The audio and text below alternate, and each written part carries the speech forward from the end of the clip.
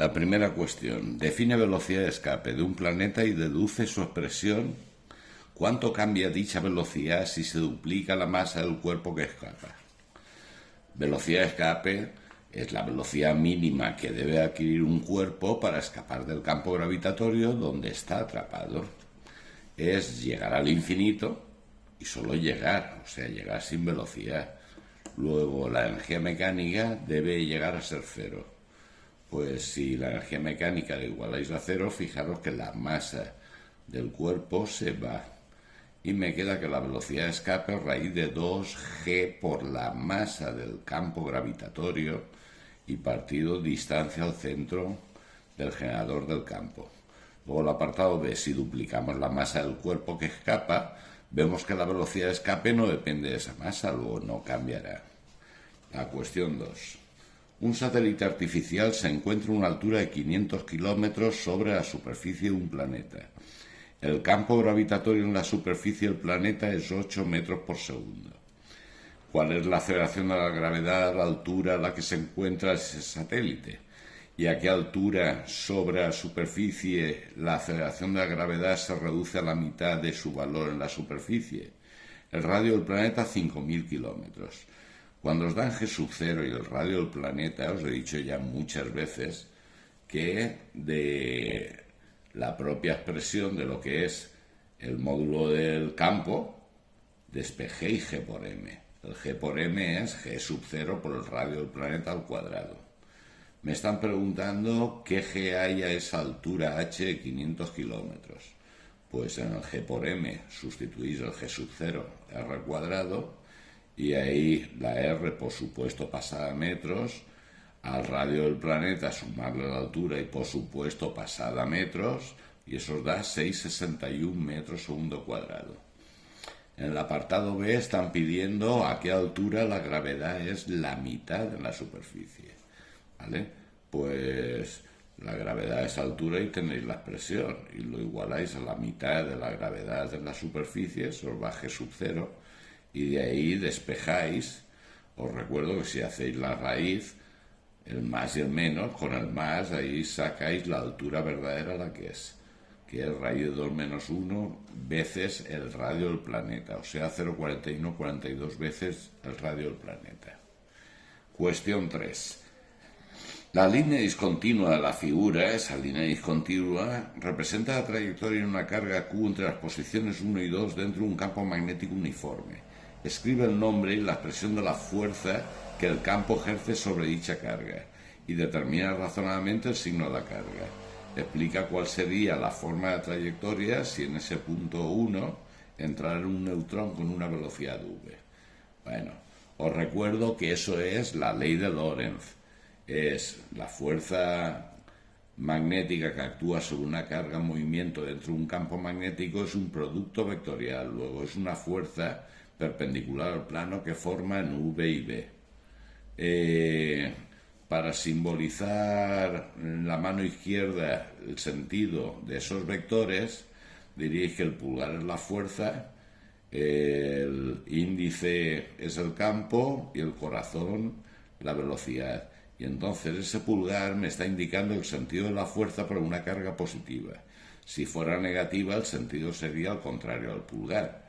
Para que ahí me aparezca una fuerza hacia el centro de la curva descrita, pues resulta que está claro que la carga debe de ser positiva, porque si fuera negativa sería hacia allá.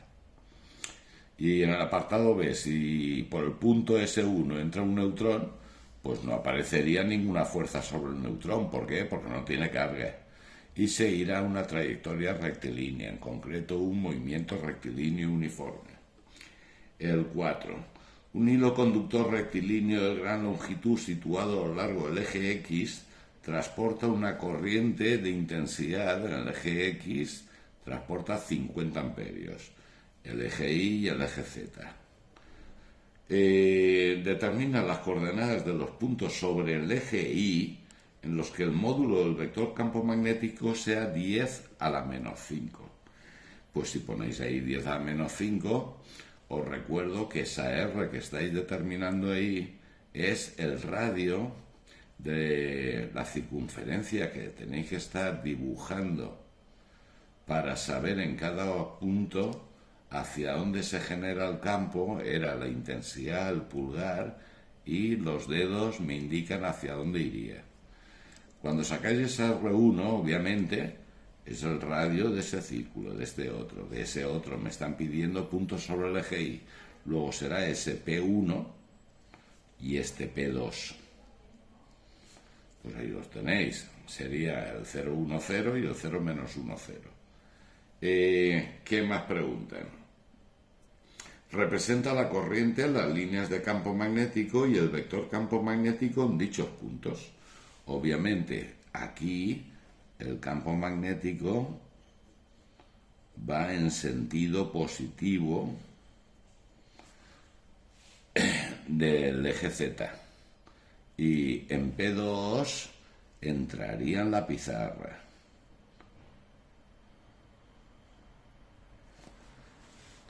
Luego, en P1 ese valor con el K y en P2 ese valor con el menos y el K.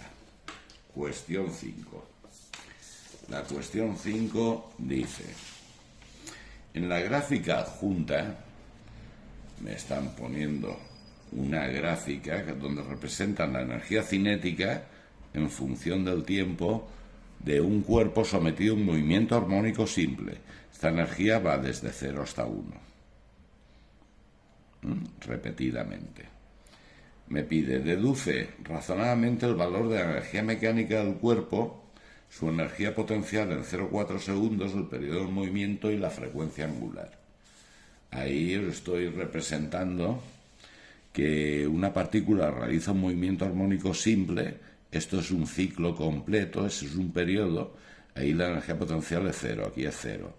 Aquí es la energía cinética 0, aquí es 0. Aquí la energía cinética es máxima, ahí es máxima, aquí es máxima. Aquí la energía potencial es máxima y la energía potencial es máxima. Os indico que la energía mecánica, como cinética más potencial en cualquier punto de la elongación de la partícula, la energía mecánica coincidirá en valor con la propia energía cinética máxima, que hemos visto en la gráfica, que es un julio. Y cuando ocurra eso, ¿qué energía potencial valdrá? Pues valdrá 0. También la energía mecánica coincidirá en valor con la energía potencial máxima y será también de un julio. Eso donde la energía cinética es 0. Pues me pide la energía potencial para t igual a 0,4 segundos. Ahí, si veis en la gráfica, a 0,4 segundos la energía es 0. Pues si la energía cinética es 0, significa que la energía potencial ahí será máxima y coincidirá con la energía mecánica, o sea, un julio. El periodo en movimiento no es 0,4, es 0,8. Fijaros que el periodo sería desde aquí, no hasta ahí, sino así. O desde aquí, así. O sea, la energía cinética aquí es 0, vuelve a ser 0 y hasta que vuelva a ser 0 no ha transcurrido un periodo. Luego, no es de ahí a ahí. Ahí es 0, aquí es 0 y cuando vuelve a ser 0 el periodo es de 0,8. ¿Qué más? La frecuencia angular, pues omega es 2pi partido t, pues 5pi medio radianes segundo. Cuestión 6. La cuestión 6 habla: un rayo de luz se propaga por una fibra de cuarzo rodeada de aire. Tras incidir sobre la superficie cuarzo-aire con un ángulo de 41,8 grados, se propaga paralelamente al eje de la fibra como indica la figura. Explica qué ocurre si el ángulo de incidencia es superior al 41,8 y nombra el fenómeno, y calcula el índice de refracción del cuarzo. Ahí os he pintado. Cuando el último rayo que aparece y se va sobre la superficie, que está formando 90 grados, lo que estamos determinando es lo que se denomina ángulo límite. El ángulo límite, ¿qué me indica? Pues que cuando incida con un ángulo superior al límite, la refracción ya no existirá. Entonces solo habrá reflexión. Hasta aquí ha habido reflexión y refracción. Y por supuesto en un punto anterior reflexión y refracción. Pero a partir ya de ese punto, o sea, con un ángulo superior al límite, ya solo habrá reflexión. Ese fenómeno se denomina reflexión total. Y para sacar cuál es el índice de refracción del cuarzo, aplicáis la ley de Snell justo ahí y decís que la N del cuarzo 1,5. El C7 explica qué es la dualidad onda-corpúsculo y escribe la expresión de la longitud de onda de Broglie. Calcula la longitud de onda de Broglie de una espora de un hongo que se mueve a una velocidad de 20 metros por segundo, sabiendo que la masa de 1.000.000 de esporas es de 1 gramo. Y me dan la constante de Planck.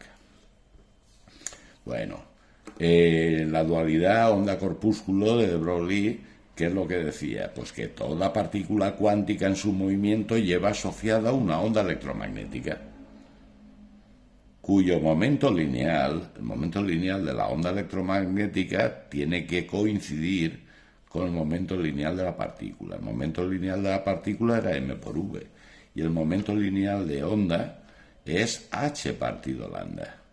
Entonces ahí, al igualar, os aparece que la lambda tiene que ser igual a h partido m por v. Pues ahí, 1 gramo, 10 a la 6, 1.000.000 de esporas. Y no quiero gramos, quiero kilos, me aparecen los kilos que pesa una espora, para poner ahí la masa bien y ahí la velocidad. Esa lambda me sale un 10 a la menos 26. Por supuesto, eso es indetectable. Es muchísimo más pequeño que el tamaño de un átomo. Ese objeto no es lo suficientemente pequeño y con velocidad elevada para observar bien esa onda electromagnética. La cuestión 8. La cuestión 8 dice, explica brevemente en qué consiste la radiación alfa y la radiación beta y cómo se modifica el núcleo atómico que las emite. Os expliqué ya varias veces que la radiación alfa es un núcleo que tiene un cierto número atómico y cierto número másico, es inestable, entonces es radiactivo, y cuando le apetece emite una radiación alfa. Una radiación alfa es un núcleo de helio, por ahí el 2 y el 4. Y entonces ese núcleo tendrá 2 unidades menos de número atómico y 4 unidades menos de número másico. Ahora, la radiación beta, debéis de explicar que existe la beta menos y la beta más. La beta menos es ese núcleo que es radiactivo, que va a efectuar una radiación cuando le apetezca, es uno de los neutrones que tiene ese núcleo cuando emite la radiación beta menos, que es un electrón, por eso lleva la carga menos, por eso es ahí un -1 y ahí un 0, es un electrón emitido al descomponerse ese neutrón en ¿quién? En un protón y ese electrón. Entonces, la emisión beta menos produce un núcleo que tendrá una unidad más de número atómico y el mismo valor de número másico. La radiación beta más no es que emita un electrón, es que emite un positrón. ¿Eso de dónde aparece? Pues ese núcleo que es inestable, uno de sus protones, en un instante se transforma en un neutrón emitiendo un positrón. Luego el núcleo que queda tras la radiación beta más tendrá una unidad menos de número atómico y el mismo número másico. En el apartado B me dice que el radón 86222 emite una partícula alfa. Pues si emite una partícula alfa 24, el núcleo que queda será 84 y será 218. Ahora, ese núcleo dice que ahora emite una radiación beta menos. Esa beta menos es -1, 0. Luego, si esto es -1, 84, eso tiene que ser 85. y si es el 0, 218. Luego lo que nos queda tras esas dos emisiones alfa y beta menos es un núcleo de 85 en número atómico y 218 en número másico. Espero que os haya salido bien.